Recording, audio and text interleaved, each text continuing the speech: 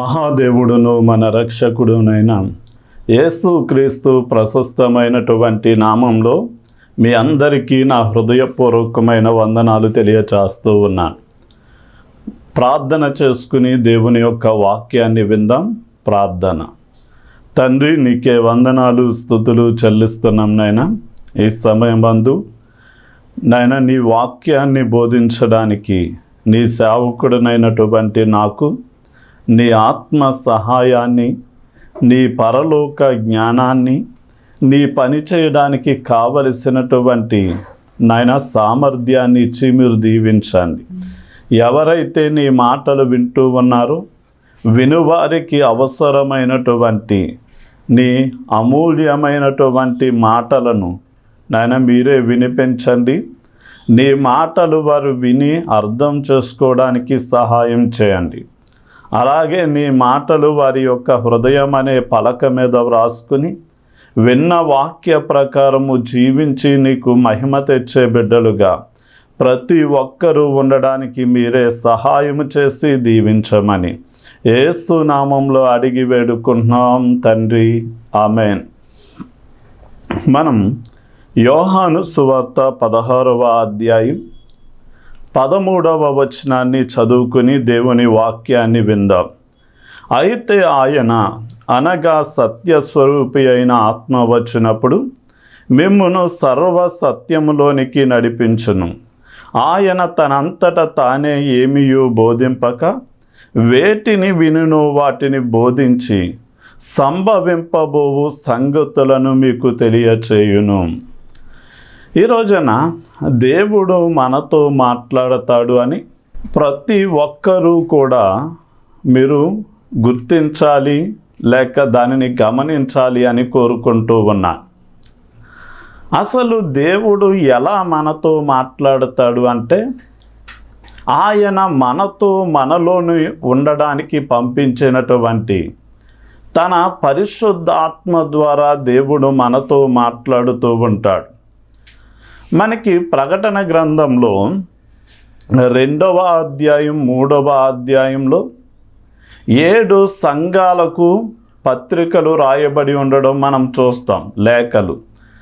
అయితే ప్రతి లేఖ చివరిలో ఆత్మ సంఘములతో చెప్పుచున్నటువంటి మాట చెవిగలవాడు వినునుగా కానీ, ఆత్మ సంఘములతో చెప్పుచున్నటువంటి మాట చెవిగలవాడు వినునుగా కానీ, ఆయన 7 సంఘాలకు 7 లేఖలు రాయిస్తూ ఆ 7 సంఘాలతో ఆత్మ చెప్పుచున్నటువంటి మాట చెవిగలవాడు వినునుగా కానీ మాట్లాడుతూ ఉన్నాడు. అంటే చెప్పుచున్న మాట అంటే అది భూతకాలంలో జరిగింది కాదు, లేక భవిష్యత్తు కాలంలో జరిగేది కాదు. అది ఎల్లప్పుడూ జరిగేటటువంటి విషయంగా మనము గుర్తించాలి. అంటే దేవుడు తన బిడ్డలతో తన ఆత్మ ద్వారా ఎల్లప్పుడూ మాట్లాడుతూ ఉంటాడు. ఆ పరిశుద్ధాత్ముని యొక్క స్వరాన్ని వినడం మనము నేర్చుకోవలసినటువంటి వారమై ఉన్నాం. అందుకనే యేసయ్య కూడా తన శిష్యులతో మాట్లాడుతూ అన్నాడు, నేను తోడేళ్ల మధ్యకు గొర్రెలను పంపించినట్లుగా మిమ్మల్ని పంపిస్తున్నాను.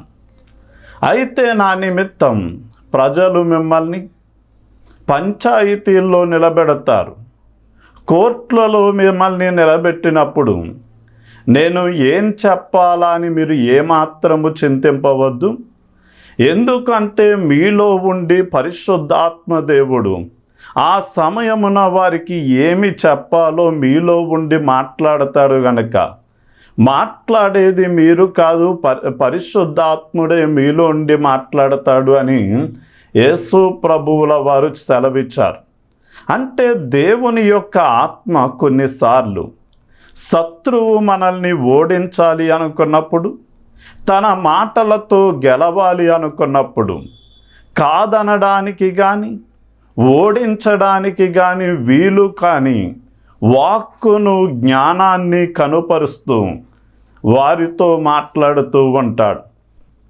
కనుక దేవుని యొక్క ఆత్మ మనతో ఎలా మాట్లాడుతుంది అని మనం ఆలోచన చేస్తే, వివాహమైనటువంటి స్త్రీ పురుషులు వారు ఇద్దరుగా లేరు కానీ వారు ఏక శరీరమై ఉన్నారు అని దేవుడు సెలవిస్తూ ఉన్నాడు.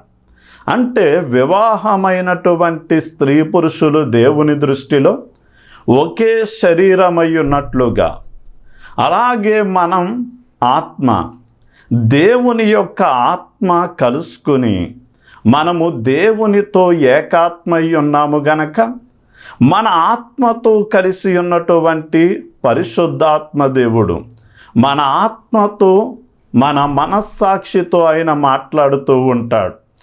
అంటే ఈ రోజున మనము దేవుని యొక్క బిడ్డలము అని, ఆయన మన తండ్రి అని దేవుని యొక్క ఆత్మ మన ఆత్మతో కూడా సాక్ష్యమిస్తూ ఇలాగా అనేక సంగతులను పంచుకుంటూ ఉంటుంది గనక, మనము దేవుడు మాట్లాడే ప్రతి దానిని కూడా వినాలి అంటే మనం పరిశుద్ధాత్మ దేవునితో అన్యోన్య సహవాసం గలవారిగా మనం ఉండాలి. మనం ఆది అపోస్తుల సంఘంలో ఒక సిద్ధాంత విభేదము వచ్చినప్పుడు, వారు అపోస్తులందరూ కూడుకొని నిర్ణయం చేసినప్పుడు ఏమన్నారు అంటే, ఇదిగో ఈ విధంగా మేము చెయ్యాలి అని చెప్పి మాకును పరిశుద్ధాత్మకును తోచెను అంటాడు. అలాగే ఫిలిప్పు రథం మీద వెళ్తున్నటువంటి నపుంసకుని కలుసుకోమని చెప్పి దేవుని యొక్క ఆత్మ ఫిలిప్పుతో మాట్లాడడం మనం చూస్తాం. అపోస్తుల కార్యగ్రంథం 13వ అధ్యాయానికి వచ్చేసరికి, పౌలును శీలను నేను కోరుకున్న పని నిమిత్తం ప్రత్యేకపరచుడి అని చెప్పి దేవుని యొక్క ఆత్మ వారితో మాట్లాడడం మనం చూస్తాం. అయితే దేవుని యొక్క ఆత్మ మనతో మాట్లాడుతూ ఉండగా మనం ఆయనతో అన్యోన్య సహవాసం గలవారమైతే ఆయన చెప్పే సంగతులను మనం వినగలుగుతాం. అసలు దేవుని యొక్క ఆత్మ ఎలా మనతో మాట్లాడుతుంది అని మనం ప్రశ్న వేసుకుంటే, వాక్యము ద్వారా దేవుడు మనతో మాట్లాడతాడు అని మనము గుర్తించాలి.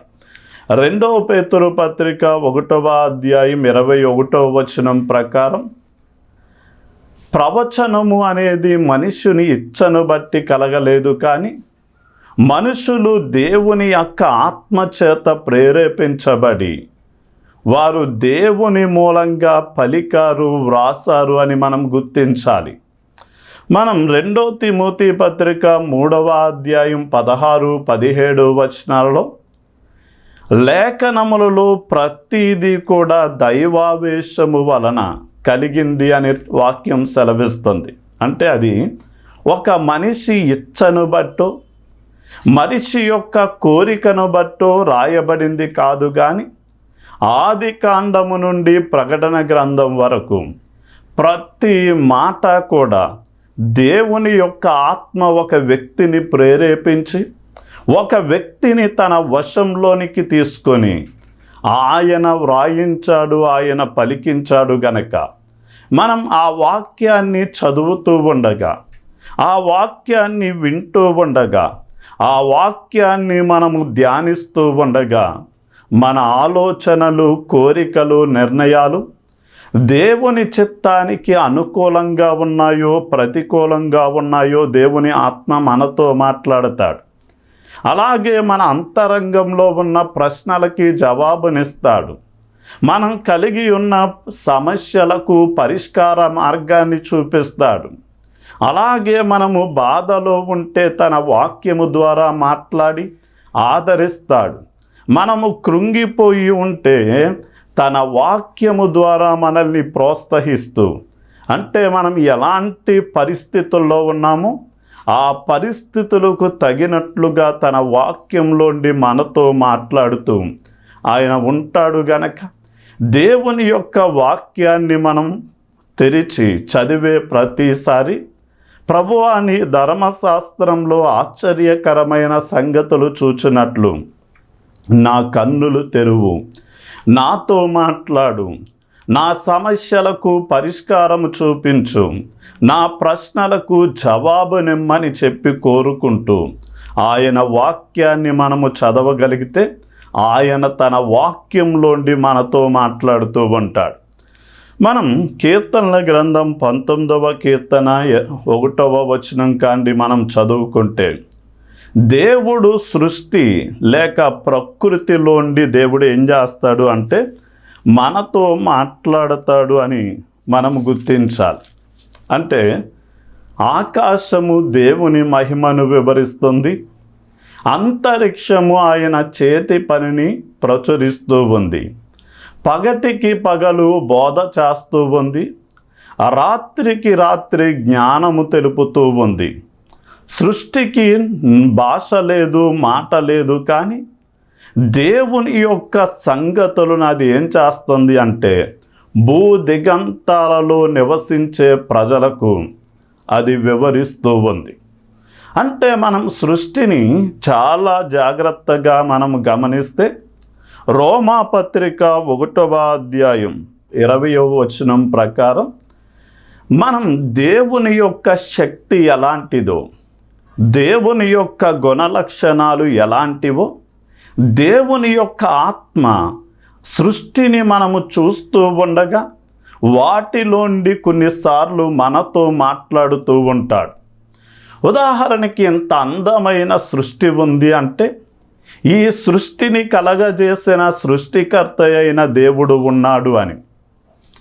రెండవదిగా ఇంత పెద్ద భూమిని, అలాగే భూమి కంటే బహుశా 100 రెట్ల పెద్దదైన సూర్యుని కంటే అనేక రెట్ల పెద్దవైనటువంటి నక్షత్రాలను గాలిలో దేవుడు వేలాడదీశాడు. అంటే ఆయన సర్వశక్తి కలిగి ఉన్నాడు అనే విషయాన్ని బయలుపరుస్తుంది. అదే సమయమందు ఆయన సృష్టించబడిన విధానం మనము చూస్తే దేవుడు చాలా జ్ఞానం కలిగిన వాడని తెలుస్తుంది.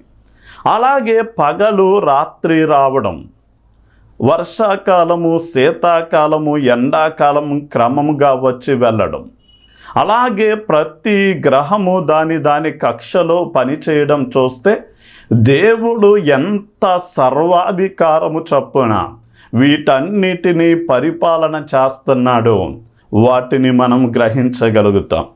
అందుకనే దేవుడు తనను నమ్మిన బిడ్డలతో ఈ సృష్టిలో ఉన్నటువంటి విషయాల ద్వారా మాట్లాడుతూ ఉంటాడు. ఒక రోజున అరకలోయ అనేటటువంటి ప్రాంతానికి వెళ్ళి వస్తూ ఉండగా మనం పరలోకం అంటే ఎక్కడో ఉంటుంది అనుకుంటాం, కానీ దేవుడు భూలోకాన్నే పరలోకంగా చేశాడు అనే సంగతి మనం ఈ సృష్టిలోని కొన్ని విషయాలను చూస్తే అర్థమవుద్ది. ఆ అరకలోయ గుండా ట్రైన్లోండి వస్తున్నప్పుడు ఆకాశాన్ని అంటే అంత ఎత్తైన కొండలు, పాతాళానికి దిగుచున్నట్లుగా ఉండేటటువంటి లోయలు, అత్యంత ఎత్తు నుండి అత్యంత దిగువకు ప్రవహించేటటువంటి జలపాతాలు, అలాగే పచ్చిక బయళ్ళ చేత నింపబడినటువంటి కొండ ప్రాంతాలను చూస్తే దేవుడు ఈ భూలోకాన్నే పరలోకంగా చేశాడు.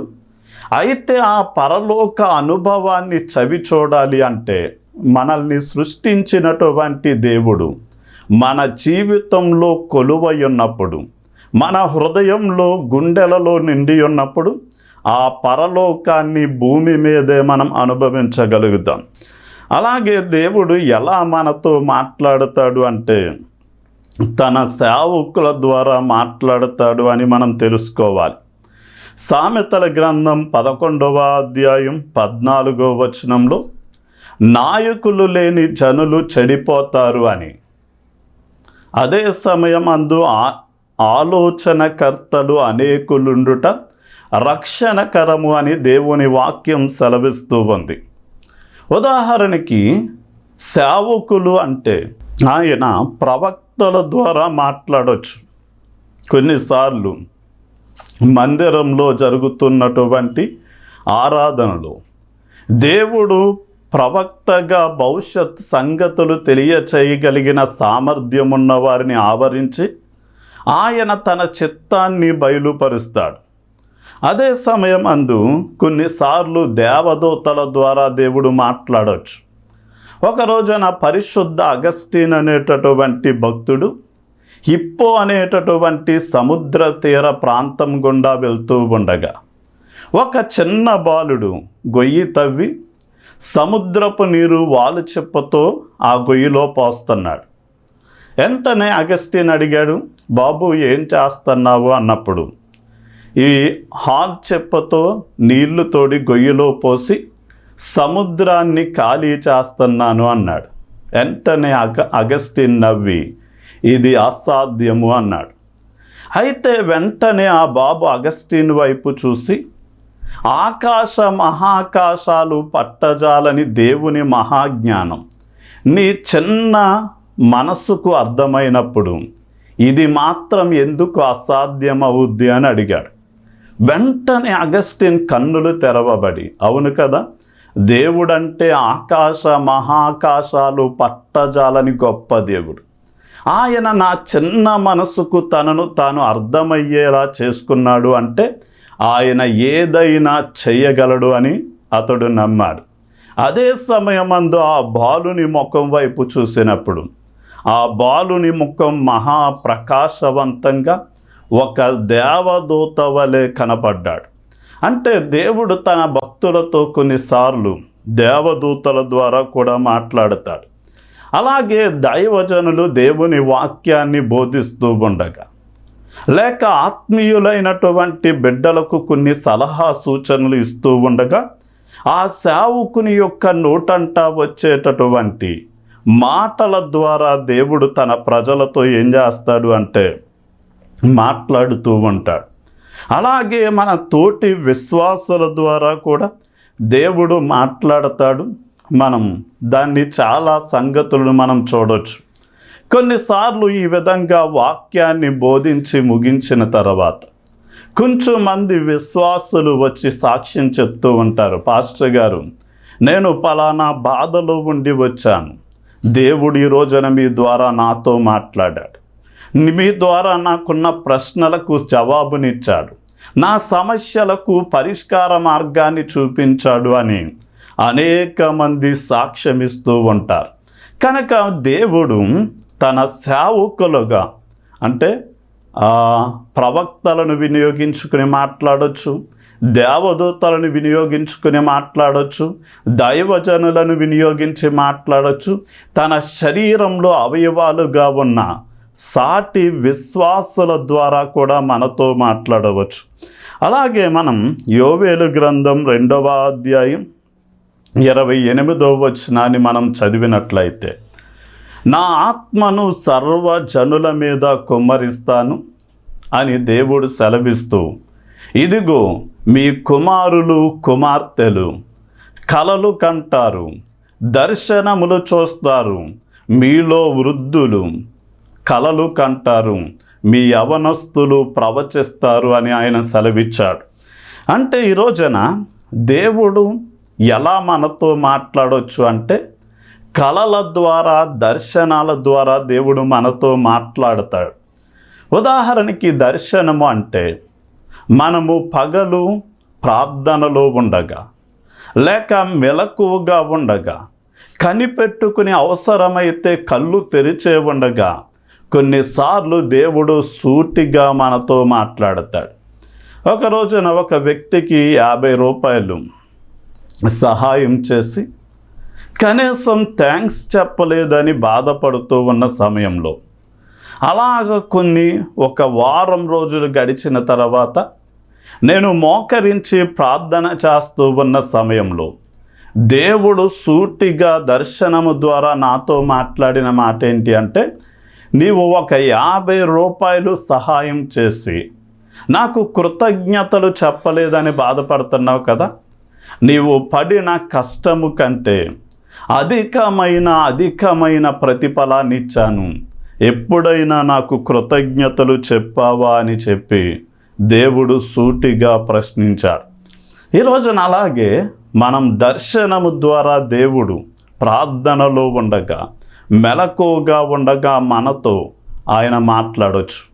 అదే సమయమందు రాత్రి వేళ మనము కునికిపాటులో ఉండగా, గాఢమైనటువంటి నిద్రలో ఉండగా దేవుడు మనతో మాట్లాడతాడు అని యోబు గ్రంథం 33వ అధ్యాయం 14 నుండి 17 వచనాలు సెలవిస్తూ ఉన్నాయి.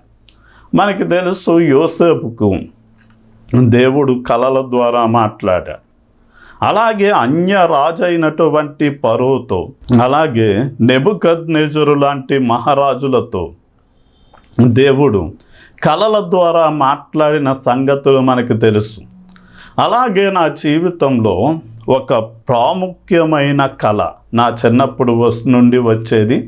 అది ఎలా ఉండేది అంటే, నేను ఒక వంతెన మీద నుండి నడిచి వెళ్తూ ఉండగా, ఒక ఎత్తైన బిల్డింగ్ మీద ఆడుతూ ఉండగా, ఒక నేల బావిని చూడడానికి వెళ్ళినప్పుడు, ఇలాంటి పరిస్థితుల్లో నేను జారి పడిపోయే పరిస్థితిలో ఆ చివరి అంచులు పట్టుకొని వేలాడుతూ, ఇక నన్ను పైకి లాగేవారు లేక, నా అంతటా నేను ఎక్కలేక, నేను పడిపోతే ఇక నా తల్లిదండ్రులను ఎన్నడూ కలుసుకోలేను, చనిపోతానని ప్రాణభయంతో తల్లడిల్లిపోతూ ఉన్న సమయంలో కళ ఆగిపోయేది. అమ్మాయిసా ఇది కళ అనుకునేవాడిని. కానీ ఆ కళలోండి స్పష్టంగా ఒక సందేశం వచ్చేది. అదేంటి అంటే, ఇదిగో నేను దేవునికి దూరమై, నరకానికి దగ్గరై, అంటే నరకపు అంచులలో నేనున్నాను, త్రూటిలో నేను అందులో పడే అవకాశం ఉందని తెలిసిన వెంటనే మరలా క్రమముగా వాక్యము చదవడం, క్రమముగా ప్రార్థన చేయడం, దేవునితో ఉన్న సంబంధాన్ని మరలా కొనసాగించేవాడిని. అలా దేవుడు నన్ను హెచ్చరించి ఆయనకి దూరం అవ్వకుండా ఆయనకు దగ్గరగా ఉండేలా దేవుడు సహాయం చేశాడు. అదే సమయమందు మనం హబక్కూకు గ్రంథం 2వ అధ్యాయం 1-2 వచనాలు చూడగలిగితే, దేవుడు ప్రార్థనలో మనతో మాట్లాడుతూ ఉంటాడు. అంటే నా యొక్క వాదన నిమిత్తం దేవుడు ఏం చెప్తాడా అని చెప్పి ఒక కావలి కోట మీదకి, ఒక కొండ లేక ఒక గోపురం మీదకి వెళ్ళి హబక్కూకు ఏం చేస్తున్నాడు అంటే ప్రార్థన చేస్తూ ఉన్నాడు. ప్రార్థన అంటే కేవలం మనం దేవునితోనే మాట్లాడడం మాత్రమే కాదు, కానీ దేవుడు చెప్పేది వినడం కూడా అందులో ఒక భాగమై ఉన్నది అని మనం తెలుసుకోవాలి. ఈ రోజున ఒక ప్రసంగం ఒక ఇంటి దగ్గర లేక సంఘంలోనూ ఎక్కడ చేయవలసి వచ్చినా దేవుని యొక్క ఆలోచన, ప్రేరణ లేక ఒక దర్శనము పొందుకునేటటువంటి స్థలం ఏదైనా ఉందా అంటే అది ప్రార్థనలోనే ఆ ఆలోచన పొందుకొని ఆ వాక్యాన్ని సిద్ధపడి బోధిస్తాము అని నేను మీతో చెప్పడానికి సంతోషిస్తున్నాను. కొన్నిసార్లు మనం ప్రార్థన చేసినప్పుడు దేవుడు ఖచ్చితంగా జవాబిస్తాడు. ఆ జవాబు 3 విధాలుగా ఉంటుంది. ఒకసారి ఎస్ నేను చేస్తాను అని వెంటనే చేస్తాడు, కొన్నిసార్లు నో అంటాడు, కొన్నిసార్లు వెయిట్ చేయి అంటే వేచియుండు అంటాడు. అంటే నో నేను ఇవ్వను అని ఎందుకు అంటాడు అంటే, మనం ఏదైతే అడిగామో అది మనకి మంచిది కానప్పుడు దేవుడు ఇవ్వడు. అలాగే వేచియుండు అని ఎందుకు అంటాడు అంటే, ఏదైతే అడుగుతున్నామో దాన్ని సరిగా వినియోగించుకోగలిగిన జ్ఞానం లేక దాన్ని సరిగా వినియోగించుకునే సామర్థ్యం, ఆయన ఇచ్చే దాని యొక్క విలువను గుర్తించే అంతవరకు వేచి ఉండు అంటాడు. కొన్నిసార్లు మనం చేసిన ప్రార్థనకి వెంటనే అవునని ఆయన సహాయం చేస్తాడు. కనుక మనం దేవుడు మాట్లాడేటటువంటి విధానాలలో ప్రార్థన ఒక విధానం అని మనం తెలుసుకోవాలి.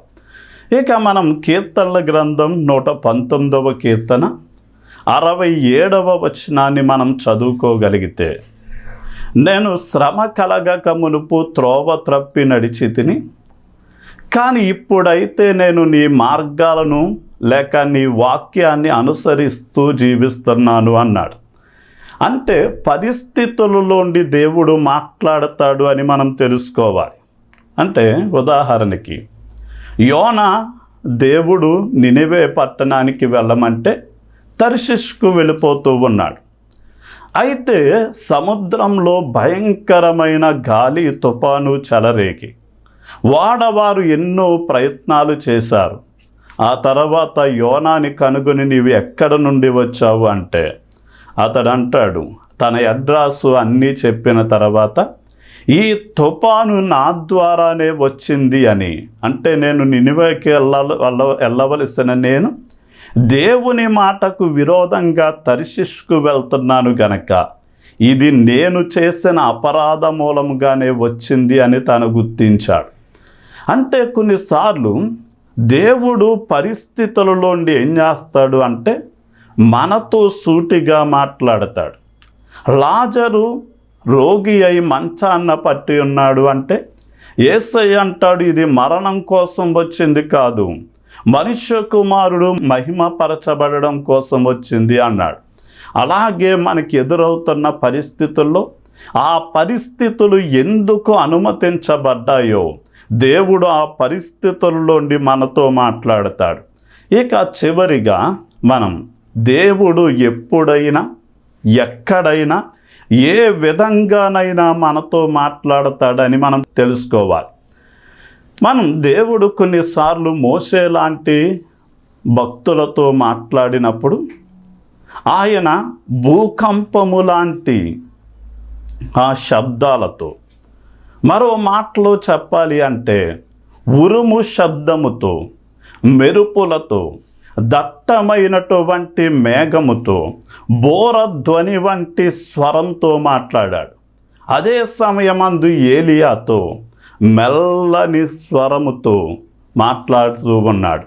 ఈ రోజున మనం కూడా అంటే మనతో ఎప్పుడు ఎలా మాట్లాడితే మనం అర్థం చేసుకుంటామో ఆయనకు తెలుసు గనక ఏ కోణంలోనైనా ఆయన మనతో మాట్లాడడానికి సమర్థుడు గనక నీవు అన్ని పరిస్థితుల్లో దేవుని స్వరాన్ని వినాలి అనుకుంటే నీవు దేవుని ఆత్మతో అన్యోన్య సహవాసం కలిగి ఉంటే ఆయన నీతో ఎల్లప్పుడూ మాట్లాడతాడు అని చెప్తూ నా మాటల్ని ముగిస్తున్నాను. చిన్న ప్రార్థన చేసుకుందాం. తండ్రి, నీకే వందనాలు. ఈ సమయమందు ఎవరైతే నీ వాక్యాన్ని విన్నారు వారందరినీ కూడా మీరు దయతో జ్ఞాపకానికి తెచ్చుకోండి నాయనా. ప్రతి నిమిషము కూడా నీ బిడ్డలతో మాట్లాడడానికి మీరు సిద్ధంగా ఉన్నారు నాయనా. ఆత్మ సంగములతో చెప్పుచున్న మాట చెవి గలవాడు వినుగా కానీ నీ వాక్యం సెలవిస్తూ ఉంది కనుక నీ బిడ్డలు నీ మీద తమ దృష్టిని కేంద్రీకరించి నీ పాదాల దగ్గర కనిపెట్టుకొని ప్రార్థన చేసి మాకు సహాయము చేయమని అడుగుతూ ఉండగా నిశ్చయముగా వారి కన్నులను వెలిగించి నాయన దర్శనముల ద్వారా, కలల ద్వారా, నీ వాక్యము ద్వారా, అదేవిధంగా పరిస్థితుల ద్వారా నీవు వారు ఏ విధంగా చెప్తే అర్థం చేసుకుంటారో ఆ విధానాలలో నీ బిడ్డలతో నీవు మాట్లాడి మహిమ తెచ్చుకోనండి. అలాగే వారు కూడా నీతో అన్యోన్య సహవాసంలో ఉంటూ ఒక మంచి స్నేహితుని వలె నాయన హానోకు నీతో ఎలా నడిచాడు, అలాగే నోవాహు ఎలా నీతో నడిచాడు నాయన, నీ బిడ్డలు కూడా నీతో నడిచే ధన్యత భాగ్యాన్ని మీరు దయచేయండి. అలాగే ఈ టీవీ కార్యక్రమానికి స్పాన్సర్ చేసినటువంటి మల్లా రవి గారిని మీరు జ్ఞాపకానికి తెచ్చుకోండి. స్వాతి గారిని జ్ఞాపకానికి తెచ్చుకుని వారికి మంచి ఆయురారోగ్యాలు దయచేయండి. వారు పడిన కష్టానికి మంచి ఫలితాన్ని ఇవ్వండి. వారి కుమారునికి కుమార్తెకు మీరు తోడై సంపూర్ణ స్వస్థత ఆయురారోగ్యాలు ఇచ్చి మీరే చెయ్యి పట్టుకుని నడిపించమని యేసు నామంలో అడిగి వేడుకుంటున్నాం తండ్రి. ఆమేన్. ఆమేన్.